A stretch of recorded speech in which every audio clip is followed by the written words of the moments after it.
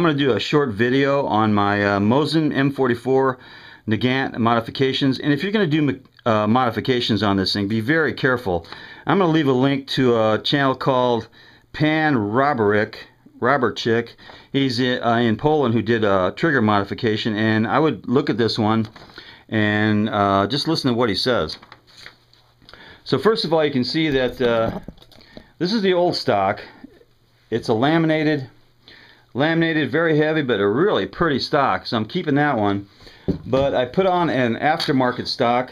As you can see, this is the stock I have on it. Nice camo stock, pretty light in the woods. I can throw it around if I have to. Okay, and basically what I did to this was, first of all, let's take a look at the bolt. You can see that it's been bent. I got somebody on Gunbroker, I think it was Gunbroker, who did it for about 44 bucks or $45, something like that. But it leaves room for the a scope on top if you want to mount it. I haven't done that yet, but it makes it more like a real rifle, not that straight out bolt.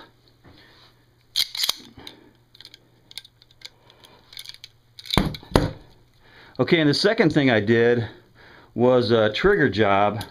Well, let's look at the bolt for a minute. You can see that he did a really good job. There's no screws. He welded it, and it came out really good. He also put a ring on the back. It's the cocking ring. I can put it on or take it off, activate the safety with it. It's a real nice modification. And he also polished it really nice. Okay, so the trigger job that I did was, you can see right there, there's the bolt that holds the trigger on and the trigger spring. And I put a piece of metal between that. I did a lot of trial and error on this thing, and I got it to where it got to about anywhere from 1.5 to 3 pounds per attempt. But a real good modification you can get for this is a let's see, it's called a trigger return spring. Okay, you put it on that bolt that holds the trigger on. Right there you can see the spring, and it keeps the slop out of the trigger. Okay, it holds it nice and steady, so there's no trigger slap. I'll put the bolt back in.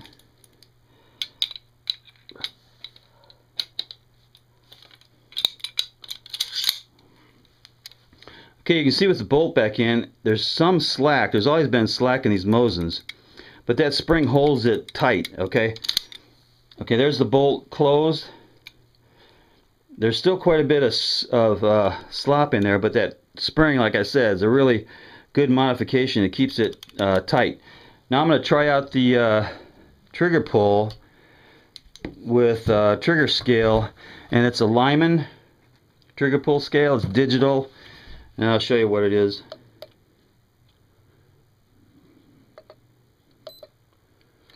Okay, let's check it out. Should be somewhere around 2 pounds. Okay, that was 3 pounds 11, which I think is acceptable. Let's try it again.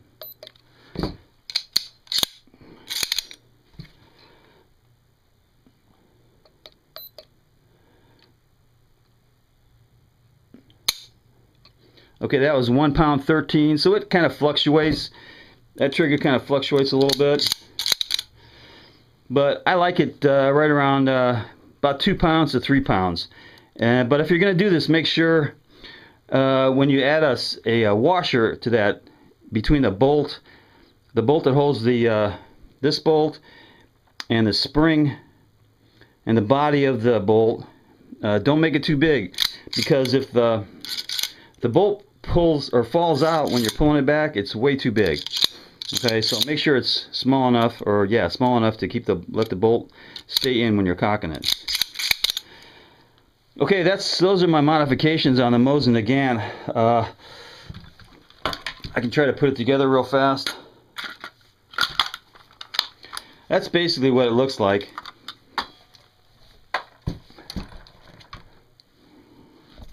When it's put back together, makes it a little bit easier to shoot with that bent bolt for me, and it's pretty accurate. Okay, I'm going to put some links up, maybe to where you can get some of these parts, and to the guy that did the real good trigger modification. And This Lyman scale, this trigger pull scale, is worth having. But they make some manual ones, or pretty cheaper ones. They're pretty good too. But I like this digital one.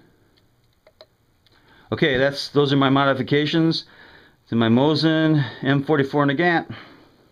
Knuckle bump.